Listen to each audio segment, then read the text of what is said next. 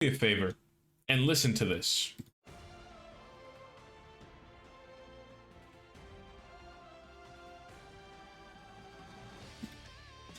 This is how you're gonna feel when you pull Xuan Ping, and I'll tell you why. She is the new Shimmer support that we just got.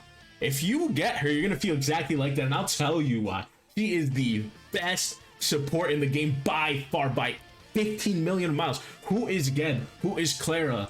Who is Diane? Dude, she's absolutely broken.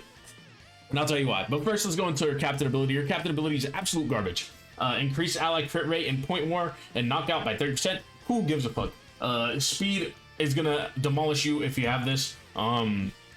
Especially with all the speed that we have in point war right now and in knockout, there's just no way you run this, right? It could have been good if it was in PvE as well, because, you know, early to mid game, which you're not gonna get her in, because let's face it, it's hard to pull a Shimmer as for nearly impossible. So 30% is not gonna do anything for you in PvP anyway. PvE, early and mid game, maybe. Anyway, let's go into her first ability, which is Strategic Pieces. Now, Strategic Pieces is attacks one enemy, damage 120% attack. This is only 120% when it is ability level 5. If it's ability level 1, I believe it's just 100. Okay? And then grants 15% AP to allies with Horse and Chariot. Now, what are Horse and Chariot? Let me go over it right now. Horse amplifies damage dealt. The higher the target's max HP, meaning the person you hit, the more the damage is amplified up to 100%. So you can get a 100% attack boost if you're going against a super giga tank. And guess what? There's a tank meta right now. Everett has 1 million health and does a bunch of damage, right? But you can melt him with this. The only thing is, this effect does not work when the target is at an elemental advantage. Okay? So meaning, if I am an Infernus Esper and I go and hit a Wind Esper, this isn't gonna work. This isn't gonna work. But if I'm an Infernus Esper and I'm hitting an Infernus Esper, it works. If I'm hitting a Flow Esper at a type disadvantage, it also works. Which means you can get 100% attack at a type disadvantage. That's really fucking good, if you didn't know. Anyway, Chariot, undispellable, by the way. These are both undispellable. All her buffs are undispellable. Plus 10 attack and plus 50% speed. 50% speed is a fuck ton. That is a lot. Gain 1 stack of soldier when this effect expires. And we'll get into how you get these, right? But just keep this in mind, right? You get 15% AP and possibly another 50% speed and 10% attack. And if you're at a type disadvantage or type neutral, you're doing 100% damage. Okay, wow, this is crazy, right? Second ability, Heavy Cannonade. Select one ally. This I think you can choose. I'm gonna have to go into it, but selects one ally, grants them cannon for 1 turn and 100% AP. So not only does her basic attack grant 15% AP, you are granting 100% AP on your second ability, attacks all enemies, you can inflict defense down, it also dispels their shield. Do I have to say anymore? Like, this is absolutely busted. Anyway, she inflicts defense down, she dispels shield. That's pretty good. That means you're doing damage to their health bars and only their health bars. And cannon, let's look at what cannon does. Cannon, dealing damage, ignores 25% defense. Gains stun when this effect expires. Dude. You're not only weakening their defense by 60%, you are also ignoring 25% of their defense after that, and you're getting stunned. But you know, that could be fixed with a Clara or something. Anyway, let me go grab the door real quick. Sorry about that. It was my sweet old mother that I had to open the door for. Anyway, cannon not only does this ability take shield away, it takes defense down, and it ignores 25% of your defense after that minus 60% defense down. It speaks for itself, right? Like, this is meant to give to like a Gaius, but you do have to dispel that stun. That stun can affect you very greatly. Anyway, oh, let's go over the Abilamon, right? So this can grant allies up to 100% AP. I believe it's 65% AP without Abilamon. I have her full Abilamon, so I can't really check. But it's up to 100% with Abilamon, and the cooldown is reduced to 3 turns instead of being 4 turns from base, right?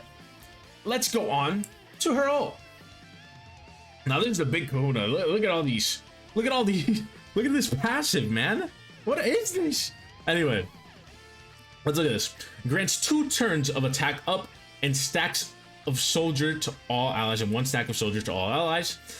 Grants horse to 2 allies. We already went over horse with the highest attack for 2 turns. This is going straight to the DPSs, by the way. Attacks all enemies, damage 100% attack, deals extra true damage 10% of enemies max HP. That's 10% of their HP shaved off.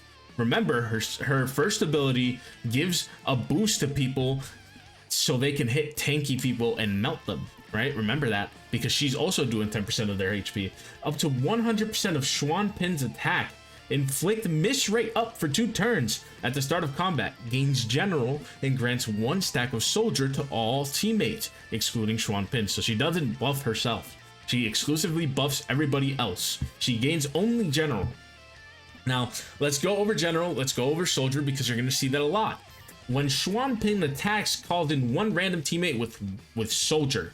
So this, again, she gives a stack of soldier to all her teammates. So she could call any teammate to assist her, and grants them 1 stack soldier, clears horse, cannon, chariot, and soldier from the ally upon death, right? So when she dies, all of those buffs go away. Makes sense. She's dead, right? Let's look at soldier. She gives this to the whole team, remember. +1 attack per stack. When this effect is at full stacks, converts it into chariot for 2 turns. Cannot gain soldier while having general or chariot. Max 5 stacks. So you have to stack this 5 times in order to give somebody chariot or horse. Now you're gonna be like, oh, well, isn't that kind of hard? No, because the other abilities do the same thing. They just give them, they give them soldier all the time.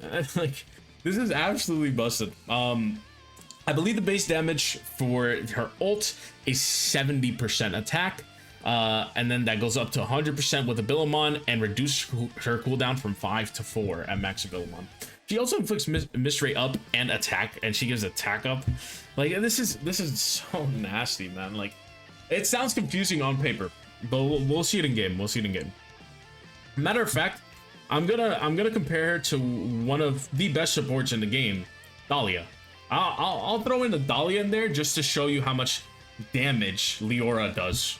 I'll show you just Leora Dahlia and then Leora Xuan Pin, right? Let's go do that.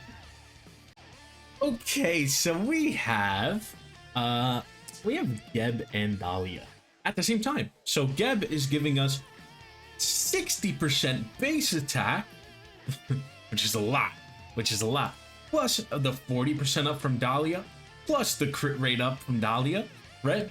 So let's check out how much damage she's going to do. Let's check out how much damage Leora is going to do with this maximum setup. 80k, not bad. That's pretty good. Fully stacked Leora doing 80k AoE is very, very, very nice. Now let's go check out Xuan Pin. All right. Let's see how much this does with the null.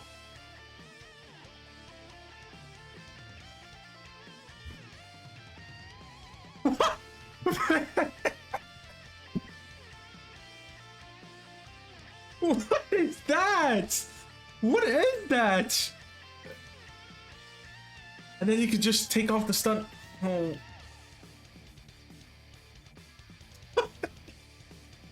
Do I have to say anything else? Hey, listen. If you get Xuan Pin, you're lucky, man. She's the best support in the game by a whole lot. There's no other support in this game that will get you that much attack. Dude. I'm done, man. I'm done. I'll see you guys later. Hey, subscribe. Only like 9% of you are subscribed. Help me out here, all right? See you guys later.